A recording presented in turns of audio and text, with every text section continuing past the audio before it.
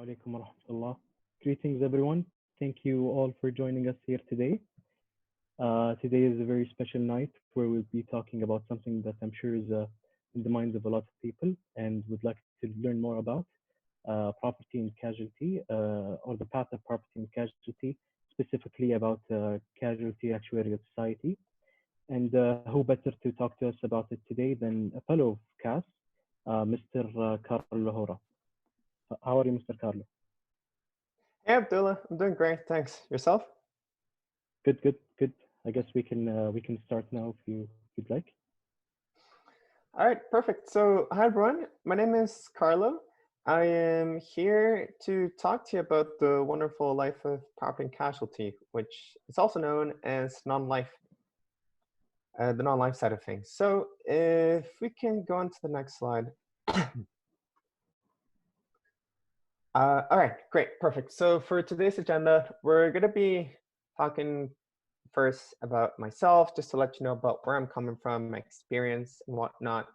Afterwards, we're going to be going into an overview of the Casualty Actuarial Society, first to what it is, the membership, trends, as well as the different lines you can work with, and then the non-life insurance side of things. Afterwards, we're talking about the path to obtain CAS credentials, then the Student Central, and my own advice, I think, to new actuaries looking to go into this line of the insurance side, as well too as we'll have discussion and Q&A after. So I'm hoping to not talk so much for all the stuff with the CAS overview, whatnot. I find usually for these type of webcasts, it is more beneficial to you as a participant to ask questions, make this interactive, because I can only, it's in the best way to help me help you in regards to what information I can provide. So on to the next slide. Now, for myself, that's me when I'm able to get a haircut. Current environment, oh goodness, soon enough. So I am currently working as an actuarial consultant here in Chicago, US with EY, Ernst & Young. Within CAS, I currently volunteer on 2 CAS committees. I volunteered another one last year as well too. I graduated the University of Waterloo in 2017, which is located in Canada, where I studied. And a year after graduation, I obtained the ACAS designation, and then the year after, last year, I obtained the AFCAS credential. So I'm recently credentialed there. As well too, as I'm pretty active on LinkedIn. So if you want to connect on LinkedIn, feel free to drop a request and be more than happy to connect there and continue the conversation there. As well too, I just want to say that any views expressed by myself are that of just myself and do not necessarily represent my current employer. So Dylan, to the next slide, please. With that being said, I guess I also want to this in the about me as a slide as well too, which I forgot. So I want to say as well too for this presentation that even before I currently work as the property and casualty actuary full-time, within school, I did have a handful of internships on the life insurance side of things. So I've seen the work from both sides, the life and the non-life side, also just at a short-term level. But I think it was something that initially I thought that life insurance was what I wanted to do initially in university, and that's what I started aligning myself with, the internships. But it wasn't until I had my last internship, which is non-life, that I realized that that's the path that I want to go down into. So I'll be sure to drop snippets of that along the presentation here on what led me to make that distinction there. So now onto the Casualty Actuarial Society. So the Casualty Actuarial Society, which we have CAS for short as well too, it's the world's only actuarial organization that's focused on non-life risks. It's been around for over 100 years in training the P&C actuaries. It mainly operates in North America, US, and Canada, where it has its biggest presence there. as well too as internationally with over 8,000 members worldwide, nearly 9,000 right now. As well too as CAS, since it's an organization that focuses only on P&C actuaries, that's where it's able to focus all its energy and efforts in regards to providing extensive support and resources towards the member, as well too as I think it provides a really nice close-knitted community, as I've seen lately here in North America. So on to the next slide. So we can explore the different lines of P&C actuarial work that the CAS is involved with. So I've probably seen a handful of these so far, non-life work. So we have the biggest umbrellas there: property and liability, personal insurance, which is usually associated with car ownership, homeowner insurance. Businesses can be business interruption right now with the current pandemic going on. Construction, marine, oil, gas, energy. As well as professional liability, which for me was one of the harder ones to get my mind wrapped around when I started. That one is mainly insurance in case things go wrong, such as the doctors, if they're performing a surgery on you and they don't follow the correct procedures there, then there's insurance for that, as well too as similar types of insurance for lawyers and architects. So the next slide, we can see in regards to what types of different work there are within the non-life side of things, which I think a lot of this is pretty similar on the life insurance segment. So you have the pricing, how much should premiums be, predictive modeling using software to explore past data to be able to better forecast and predict results and whatnot for the future. Reserving, which is how much cash a company should hold in order to pay out future liabilities. Then you have the planning, reinsurance, which is insurance for insurers, as well too as overall just risk management venues there. So with this, I want to say that right now, you've probably seen it as well too, or heard about it, that a lot of work within the actual profession, it's starting to become code independent and code heavy, where a lot of the models are in R, SQL, Python, SAS, and I think that's one of the biggest distinctions that has come to the profession versus how it was, I think, a decade ago and in the past. And it also relates to the current trends that we're seeing on why a lot of the models we have are going into more these coding heavy programs, R, SQL, Python versus just Excel. So on to the next slide. We can explore more of this on just on what's driving this. So these are the trends right now that are affecting the non-life market overall. So first off, we have self-driving cars, of course, right? If you get into a car accident with the self-driving cars, and this is more of it hasn't developed yet, we still have yet to see self-driving cars in widely rolled out yet in order to be able to see exactly how this is going to roll out. But for right now, it's the typical liability question of if a car crash happens, right? Who's paying for the damages, right? Is it the person inside the car? Are they liable for the damages? Is it the manufacturer of the car? Is it the company that provided the self-driving software to the manufacturer to make the car? Where does the liability lie in there? As well too as you have more self-driving cars on the roads, there's going to be less car crashes, probably as well too. If there's a car crash, there's going to be a lower severity because of it, or maybe because the self-driving mechanism allows for less nasty car crashes.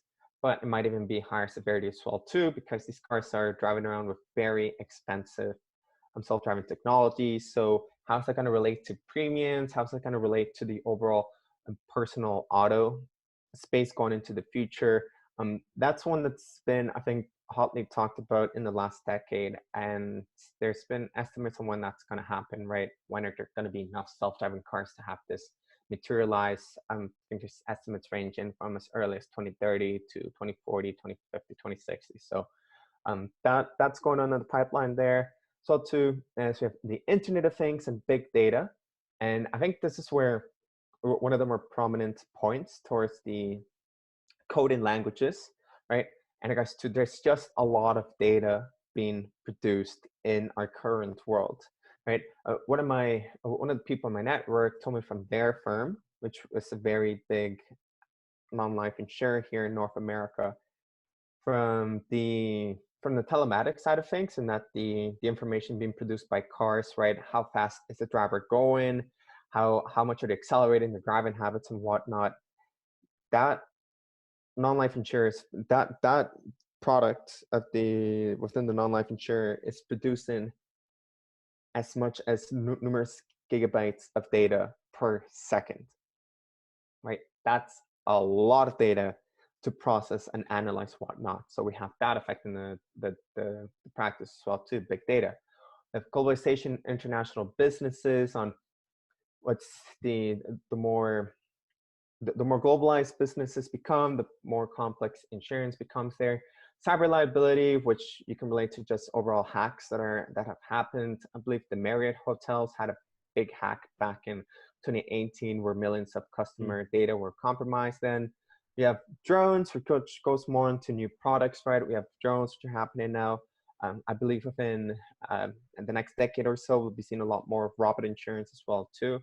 So new products overall entering the practice, as well too as overall climate change, right? Another one we see a lot in the news, and there's a lot of talk on that of what's going to happen when it comes to the property space, right?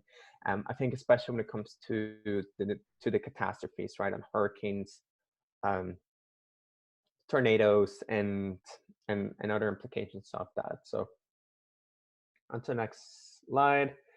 We'll be talking more about the membership of the Casualty Actuarial Society. So in here, I think the main point of here is that it's growing year over year. I believe we're nearly at 9,000 members right now worldwide as at the end of 2019. And these are just the number of members within the Casualty Actuarial Society. And by members, it is just associates and fellows, right? So people have the ACAS or FCAS credentials. There's a lot of more, I think, actual analysts who don't have the credentials yet that fit into this area. So just overall, it's growing year after year. On the next slide as well too, we can see that the majority here are present within the US and Canada, as well too as a good number of other members spread out worldwide. The next slide, please.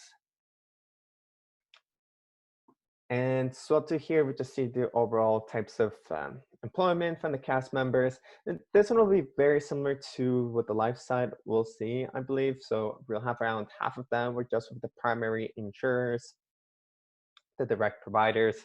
The other, you have a quarter there, they're just consultants, reinsurers. And then the other quarter there, which is just all other, right? So you have government, academia, service organizations, brokers in there as well too, and all the likes of it there. So on to the next slide, please. I included this slide. So here we have the top employers of CAS members. And in here, since majority of our members are in the US and Canada, you'll see that the majority of employers here are from North America. So I included this slide, I think, just to illustrate just how, I think, big these companies can get, where you have the largest company here in regards to the number of CAS members employed, Liberty Mutual Group, who has 434 fully credentialed actuaries within their firm working to manage their global insurance products, right? And I think that to me just was a really good visualization of just how, like, I didn't know you could have so many actuaries working in one building, right? So that to me was just impressive, just how big these companies can get in a fully saturated and mature market, and international market as well too, and just the countless countries that these companies operate with.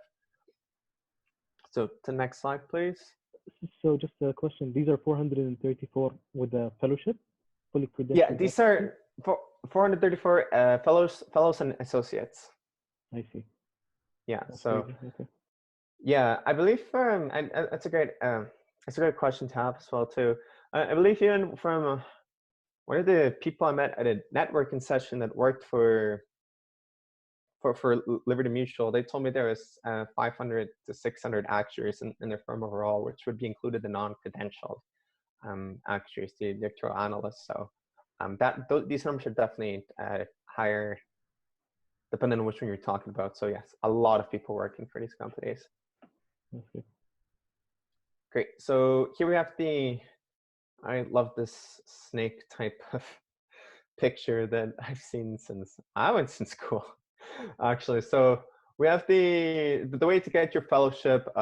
You've probably seen this already if you're considering the CAS routes. You have the orange blocks there, which describe the exams, as well as the light blue blocks, which describe supplementary education, mandatory supplementary education. So a non-exam requirement. So you have the first three, the orange blocks, right? We have the first three, which are, I believe, still mutually recognized between the CAS and the SOA here in North America. Then we have the two MAS, right? The MAS 1, MAS 2, which are just statistics exams. And then for exams 5 through 9, those are the ones that get into non-life, very non-life specific applicable topics. So we have exam 5, and I'll just summarize them fast, right? So exam 5, which are pricing and reserving. We have exam 6, which is financial reporting and regulatory requirements. We have exam 7, which, and going on to exam 7 and 8, they're kind of like exam 5, but literally on steroids, where exam 5 was pricing and reserving. Now exam 7 is advanced pricing, and then exam 8 is advanced reserving. I got those mixed up. Wow. Exam 7 is advanced reserving, exam 8 is advanced pricing. Yeah. And I took these exams last year, so that's my excuse, a while ago. Exam 9, that one's just financial risk and rate of return. So that's more risk overall at the company level. So just broader overall. And once you pass all those exams, then you're able to add 4 letters at the end of your name, which is wonderful. Yeah, so that's what we have there for the CAS syllabus. Now on the next slide, let's see what we have. Great, perfect. So you're all invited here to the Student CAS Central, which we have the website there in bright letters there, also at the bottom. And onto the next slide, please. So the Student Central, what it is it's a website on CAS, and it pertains to its, I think, just overall actuarial students. It doesn't even have to be university students. It can be people in their earlier part of the careers. And what it does is it provides a variety of services for aspiring non-life actuaries. So it's no membership for students. I believe for Saudi Arabia as well too. And CAS distinguished it such this for Saudi Arabia in particular, it's free membership for literally any aspiring non-life actuary. It can be both student and full-time actuary, which you can get no membership for. So no membership for Saudi Arabia candidates. And there you can get a wide variety of offerings there. It can be predictive modeling software, free webinars, which I think are very insightful from the ones that I've seen on there, from people that work in the industry on different topics of the non-life market. Free practice exams, online community, and a bunch of other things. So on to the next slide, please. And plus, if you get to join, then you get to see all these lovely people in the photo there. And yeah, so this is, I think, one of the nice offerings as well too. If you're interested, even if you're not interested in the non-life side of things, feel free to just check it out. I think there's a lot of really great advice in here, and even there's a lot of, I think, general just career advice from full-time actuaries right now sharing their own insights, advice, and strategies to the younger population as well too. So something nice to check out. Now on to the next slide, please. All right, perfect. So this is the last slide I want to talk about before we go into the Q&A and discussion. So keeping in mind that I am a recently credentialed actuary. I haven't been in the field for as long as I would like to say, for 3 years full time, as well too, as I've worked on both the non-life side of things and the life side of things as an intern, as well too, as talked to a lot of senior management and executives here, C-suite level people in North America. These, I would say, are my top career advice and insights that I'm basing my own career of. So first off, be curious and ask questions. You might have already heard this before. I've heard this so much, and this is what it really comes down to. The actuarial work that we have, it can be such a complex and ever-changing type of work, because insurance in itself can be pretty complex, right? Math can be scary to the general population, and it can be scary to actuaries as well too when it can get complex enough. So myself included, kind of some of the models I've come across, like, wow, I'm supposed to notice. So in this, when it comes to any type of complex models, it is very important to be curious and ask questions on just how these models work.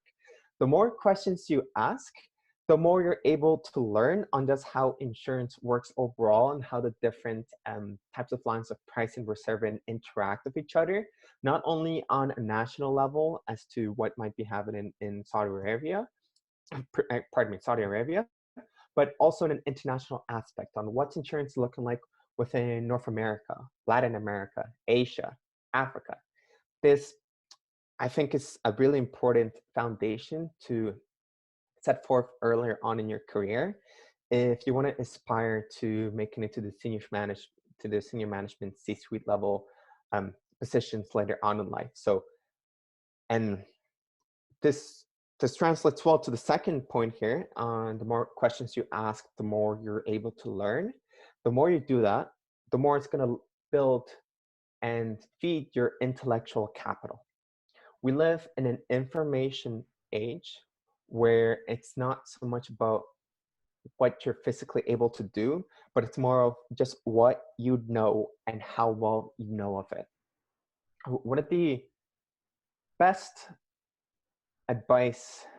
pieces of advice I got last year was from a senior manager here at EY who told me that the more they talk with other senior management from the clients and whatnot, right, and C-suite level people, the more they're starting to see and learn that the higher, and this is literally it, right, the higher you get up, the more you're paid for your opinion. Once you're senior management and C-suite level position, and granted, I'm not talking about that from personal experience, still an analyst, but from what I've been told and from the executives that I talked from, the more at their position, the more that you are at their positions, the more you're just asking your opinion, right? What strategy should we embark on within our company? What types of products should we be administering the most? What should our marketing strategies be? Just where do you see, let's say if you're a C-suite level chief actuary, right? Where do you see the profession going within the world? What types of products do you see really being the driving the driving growth within the Saudi Arabian market, right? And I think at that point, right, with C-suite level people, they're not spending time building the Excel models or even sometimes even putting together the presentations, right? Most of the time, they're just getting presentations to themselves and acquiring all the insights, advice and whatnot, and information they're getting from the different departments, and then collecting all that to create a consolidated opinion on the best way forward for the company. So that is intellectual capital. The higher you up within your company, the more you are sought after for your opinion, And I think at that point, the earlier you start establishing this intellectual capital for yourself, the better you are putting yourself in a position to thrive later on in your career, right?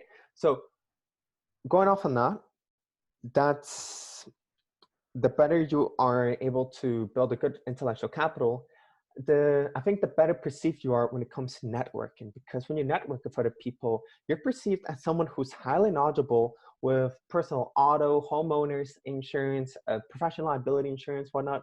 If you come off as knowledgeable, especially to the C-suite level people, you're building for yourself a very good brand, a very good reputation for yourself, that you're kind of like the go-to person for that. And I think that's a really good way to go about your 40-year brand, right? Your career, it's going to be minimum 40 years. The earlier you start focusing, I think, on intellectual capital and networking, the more dividends that's going to pay out over 40 years. The actual profession, it's a small profession. You are going to be running into the same people over and over again over your 40-year career. And the stronger your network is because of that, the better I think you'll be, the better off you'll be of it, based off what I've been told so far, as well as what I've seen so far in my own career, just from being I think on being referred for just overall, I think, presentation opportunities earlier on, just because people know me and I'm able to talk about different aspects on not only in the US but also Canada and as well too, and possibly Latin America later this year. So with that, I also want to add there, one of the other really important pieces of advice that I got that I'm holding, I guess I forgot when I was told, I think it was 2 years ago, when I learned that when it comes to networking and even just overall personal interactions, it's not so much of, and when you're talking to other people, right, they're going to forget what you told them a year, 2 years from whenever your last conversation was,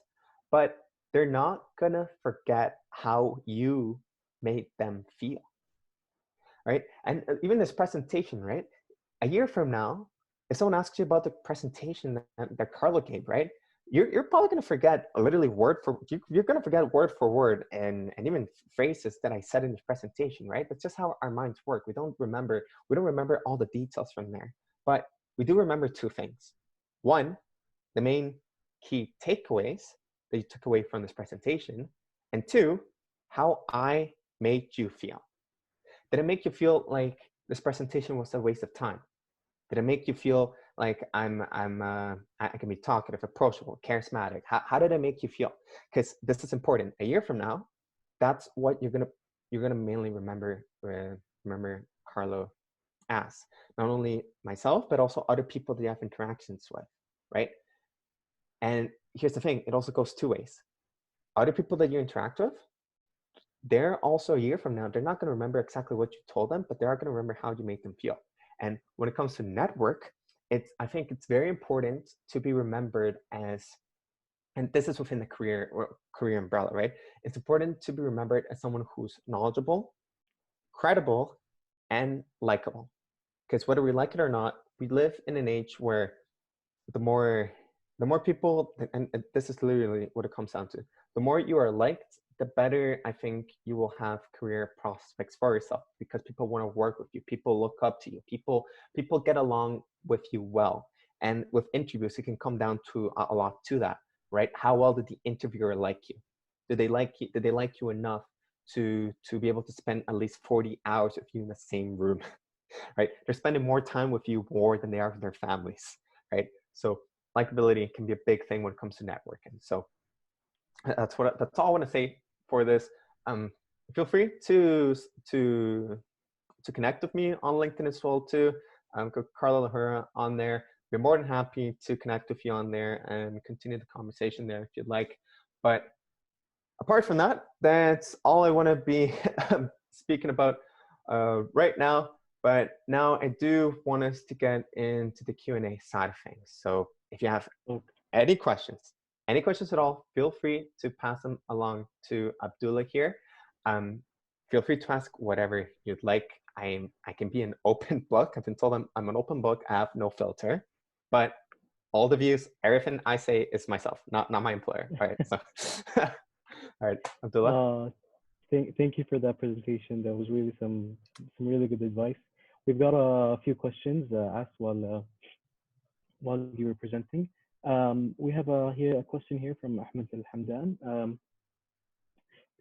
It's about we know that in the US it's a very mature market and there are some new niche products being developed, like the one you mentioned about cyber attacks. So his question is, how do you evaluate or price cyber attacks?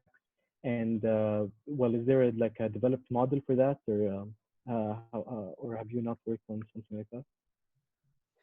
So for cyber liability, within the since that's such a new product, that product is mainly staying within the primary P&C insurers. So I don't think consultant firms have had as much exposure to it as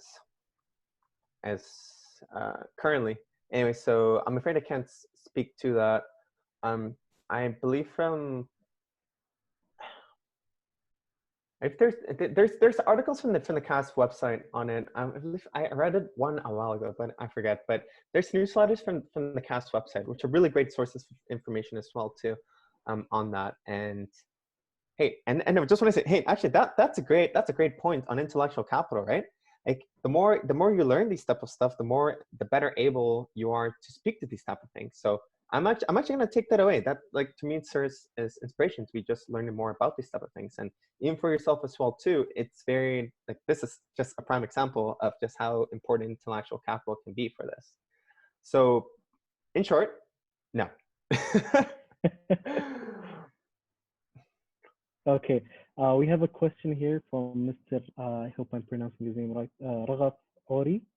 He has a message with this question. He says, "Hey Carlo, thanks for your presentation.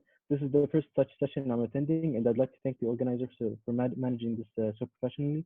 Bit of background: I'm a qualified non-life actuary from the IFOA and work in the UAE, United Arab Emirates. And I would like to reiterate what you've spoken about PNC, insurance generally, and the CAS specifically. Whenever I've spoken to students actuaries in the early exams from Saudi Arabia, I've always recommended they go down the CAS track.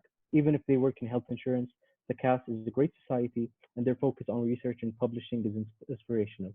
On to my question. He asks, your exam pace was super fast. How did you manage this, especially with consulting work? Great. So, hey, this is something I have intellectual capital on, so I can talk about it.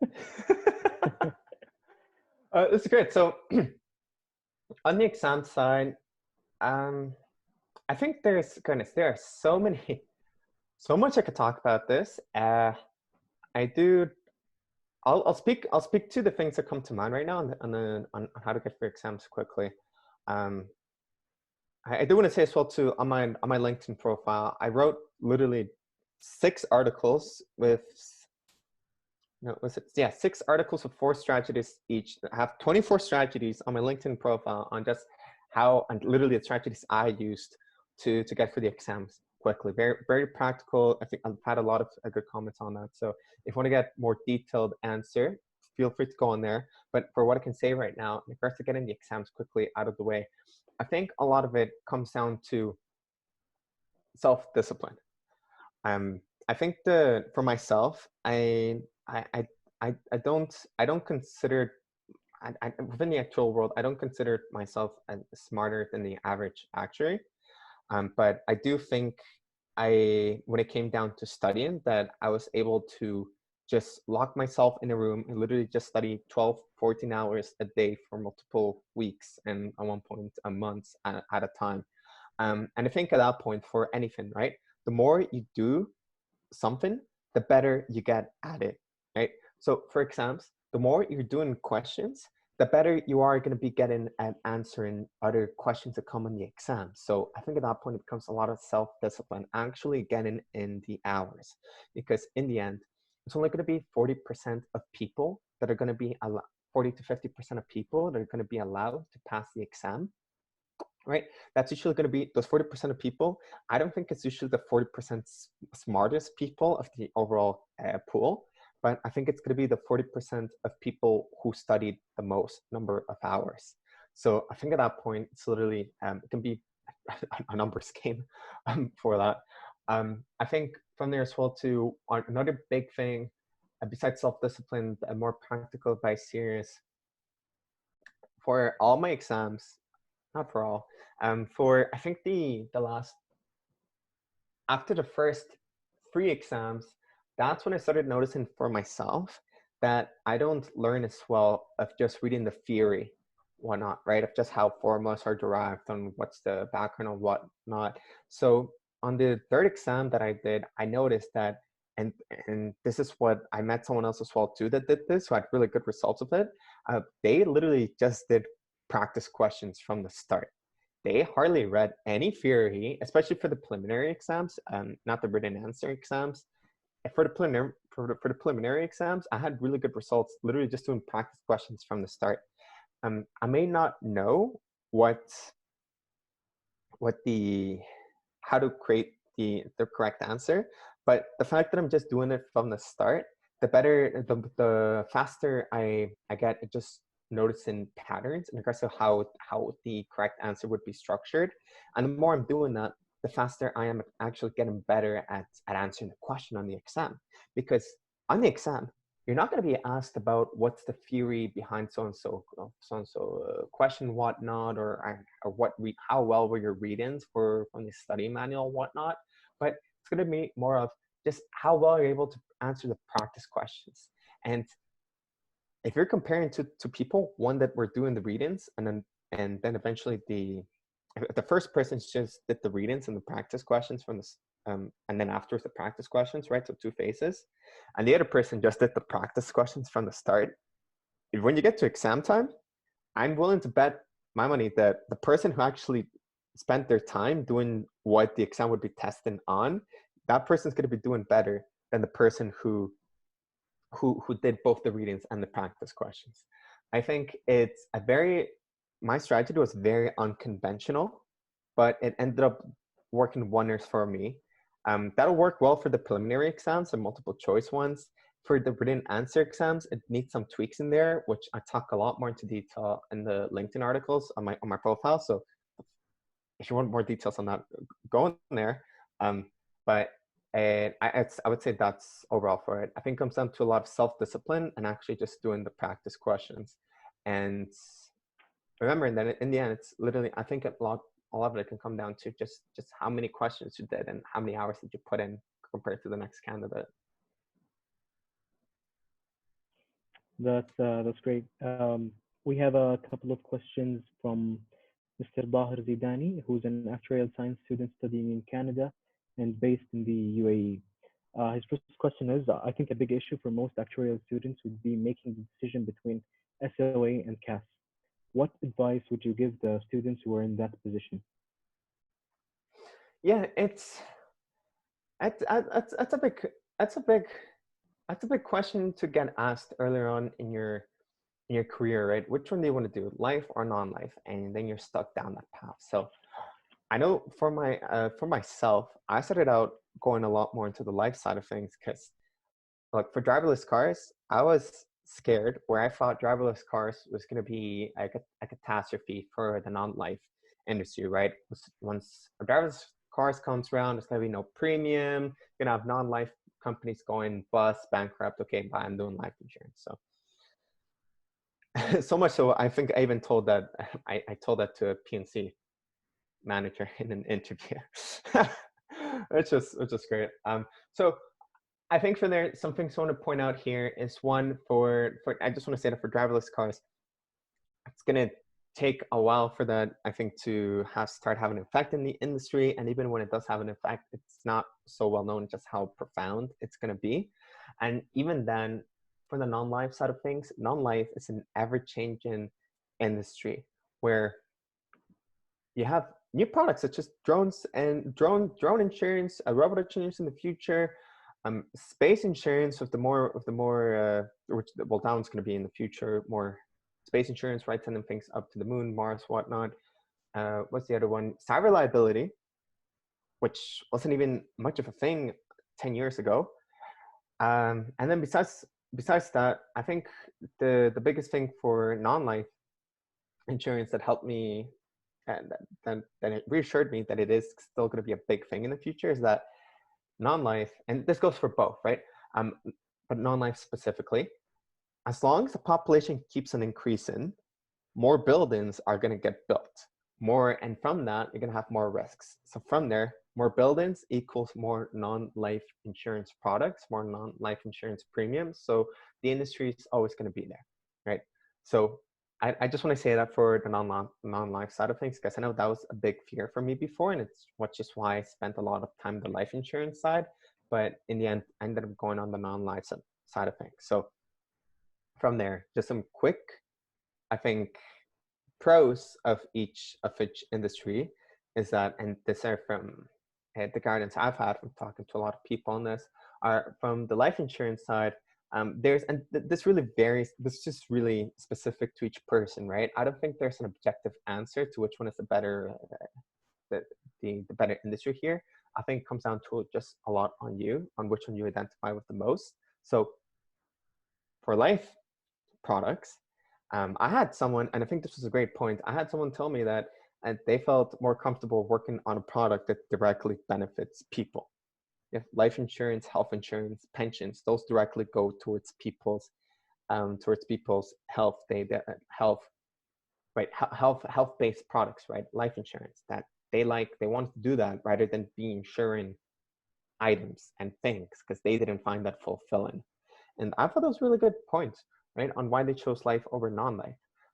Another one as well too, then I got back in my university because people did a bunch of internships and they internship on both non-life and life.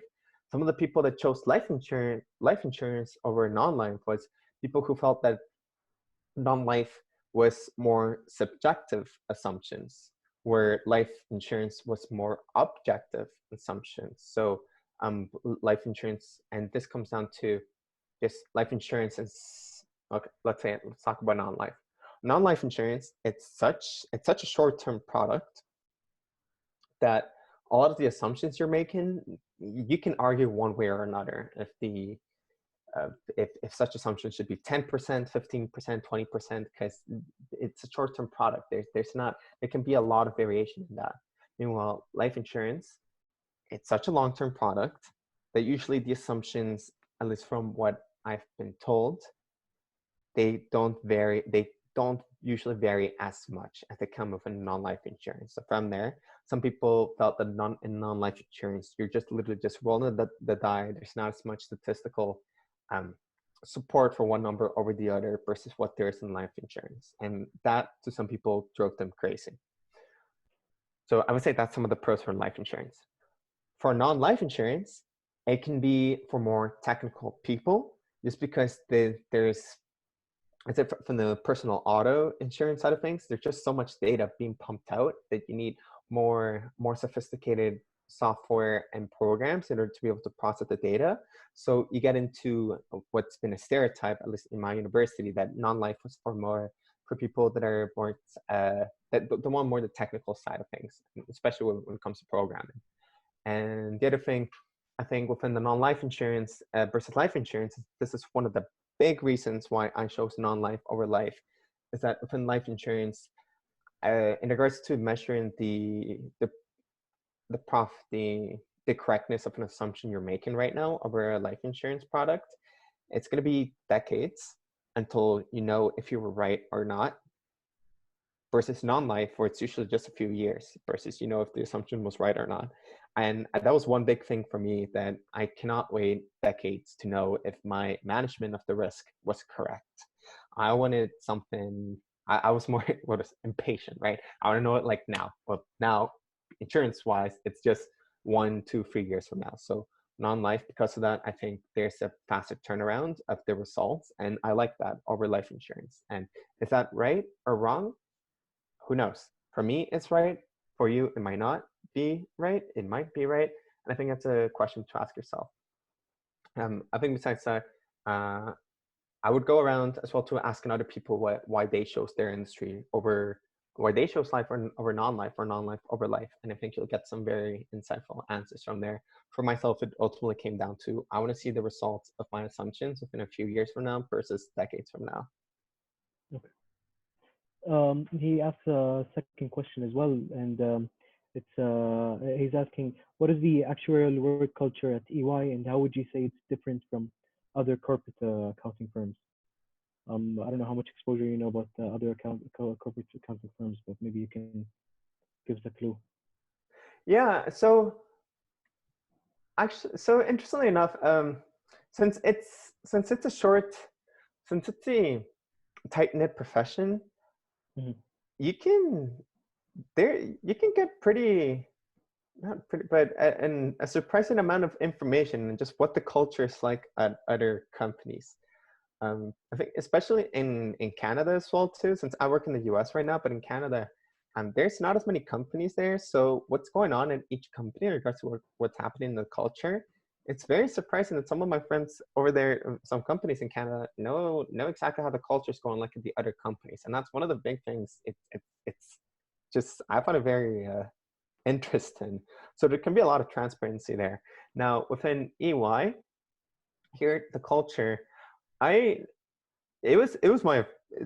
was my first employer coming out of full-time, still my employer right now. I chose EY because I found them to be a very friendly, approachable, and social group of people that I got along with the most. I felt like I had the most chemistry with the people here at EY versus I had at other firms. Does that mean other firms aren't friendly, approachable, or sociable? It does not. I think at that point, it really literally comes down to just what your personality is like and just which company you have the most chemistry with. There's not an objective company that's the best for everyone. That does not exist. It does come down to literally just what your personality is, and at that point, who do you vibe well with the most. So within EY, if I were to summarize it, and this is what I tell people, I tell them it's a really friendly, sociable, personable culture where I think the people here are really communicative, and they're very, I would say they can be very hardworking given the hours that we work in consultant. It was my top choice coming out of university, and I would say it's the best choice I made starting out at EY. Okay, we have a question from Mr. Tariq al-Shahidi. He's asking, can a fellow or associate, someone who's qualified from CAS, work in the medical or life insurance field or in the sector? Would you? I'm sorry, was that is an associate or fellowship of the CAS work where? In the medical or life insurance lines of business or sector? Yeah. Okay, yeah, so this varies by, this varies outside of North America. Outside of North America, there's so many countries out there, each one of them, a good number of them with new insurance structures put in place. So there's still developing programs there. So I can't speak to the rest of the world, but within North America, if you're going down the non-life side, I have yet to meet a fellow from the Society of Actuaries who is working within the non-life side of the industry here in North America. So the CAS, I would say the majority, if not all of companies, non-life companies who offer only non-life products, there will most likely every member in there will be just fellows of the Casualty Actuarial Society, if not getting there, right? Associate, whatnot. Likewise, similarly, life insurance companies, they will just have FSAs, fellows of the Society of Actuaries. Because in the end, that's where it's kind of like your education space there, but I think in the end, that's the way it is. And I think I don't see that changing within North America, because I think it comes down a lot to the interviewers, right? If I'm interviewing someone for a P&C role at EY, I'm going to be having some, and actually EY, we do both life and P&C. Let's say I'm at a P&C insurer in the States, a P&C manager. I'm interviewing someone for a role for my firm. If they're taking life exams, I'm going to be starting having second doubts about them. Is, do you really want to do P&C insurance? Why are you taking life exams? Because we don't have any, like, that's not a thing here. It's just culturally, that doesn't work here. So like, and that's similarly from the life insurance side of things. So I think from an employment standpoint, currently in North America, it's not like that. All the non-life insurers here have P&C CAS actuaries, and all the health insurers have SOA actuaries. Outside of North America, I think at that point it can vary widely. Well, I don't know if I think that analogy still upholds outside of North America, but I can't say for sure because there's so many countries out there. Yeah, I'm sure you would agree that given that, especially here, like in Saudi, insurance is so immature, not like how it's quite mature in the US or North America, that it might not make such a difference whether you're what kind of track in the end you follow. Would you agree with that? Or yeah, I would agree with that, because there's not it's kind of like the supply and demand. If there's not as many people with the credentials, then I think usually the demand, it kind of becomes a bit more relaxed on what they're seeing as well. So even if it's just new in that point. So I think within Saudi, yeah, I can see that. Yeah, I can see that happening. I can imagine that's happening then as well. So. Okay, we have another question from Mr. Lahora. He's asking, what technical skills do you recommend for students that would set them apart from others for internships or even work? He's primarily such as like R, software, Tableau, VBA, and stuff. Yeah. So first off, I want to say that, especially for an internship and even an entry-level role coming out of university, no interviewer is expecting you to be an expert in any of these type of things. These type of things with the R, VBA, SQL, whatnot, those can be taught. Those can be taught, and those should be taught. What they want more of is the potential. Right? It doesn't. Look. We have the programs to teach you. We have the resources to teach you R, SQL, VBA. We have those opportunities, but what I want to see is potential. Do I see like you have the potential to be able to get good at those programs, to make an adventure to the leadership, management positions, whatnot? So I just want to preface my answer with that. With that being said, in regards to programming languages to learn, which I think they're still good to learn, but just don't stress about it, about getting it to an expert level. Just having a good, a fairly decent, adequate knowledge is good enough. I think Excel for sure, that's still the lifeline, I think, for just overall number processing. So Excel for sure, the pivot tables, B lookups, H lookups, index match, whatnot, just ways to manipulate data within Excel. Besides that, VBA, that can be a good one. An okay one, I think, depending on where you're looking at, depending on how developed I think the company is. It used to be more VBA before. Now I would say North America, there's a lot of emphasis on R and SQL. Those are the two biggest ones. Tableau, I've heard of it every now and then, but I would say right now it's R and SQL, maybe SAS, but at that point, I would say I'd be surprised if you're expected to know all three to a good amount. Even just knowing them to a decent amount and putting that on your resume, that's good enough, because you can literally just show your employer that you went out of your way, you invest in your own hours into your own professional development, and that's gold to employers. So I think that being said, those languages there, as well as making sure you focus on critical thinking skills, which I think the actual exams can do a good job at developing the critical thinking skills on getting a complex problem and boiling that down into the assumptions, that literally the blocks of assumptions you have to make in order to solve the problem. Okay, that's great. And for our last question of the day, we have a question from our very own Mr. Saud Al-Kumi.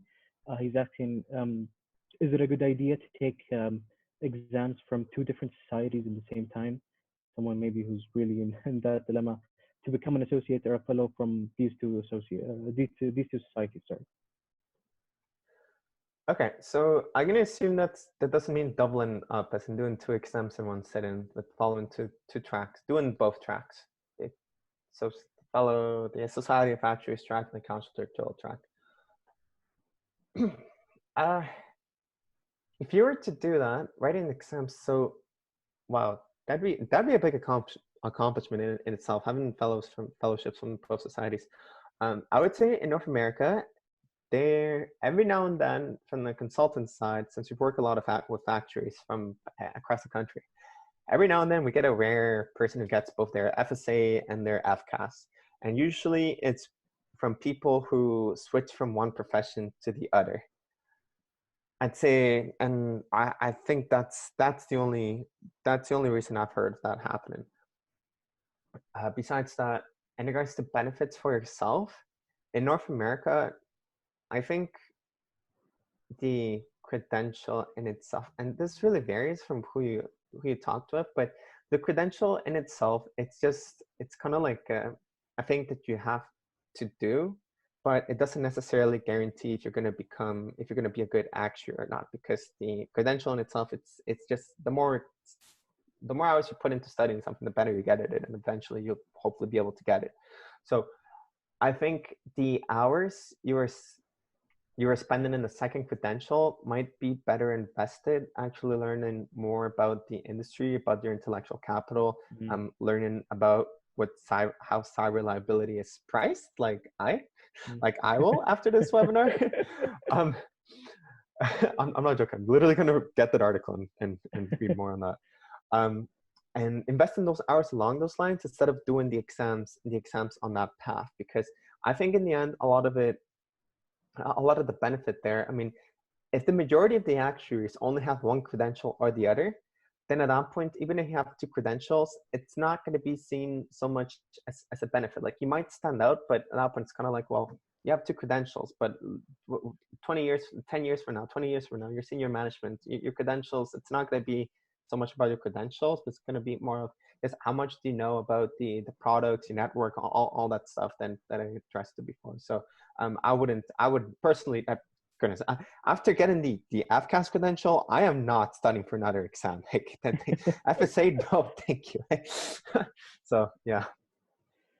Okay, we'd like to thank you, Mr. Carlo, for this opportunity, and thank the Actuarial Science Club for arranging this, and Mrs. Schwag for connecting us both.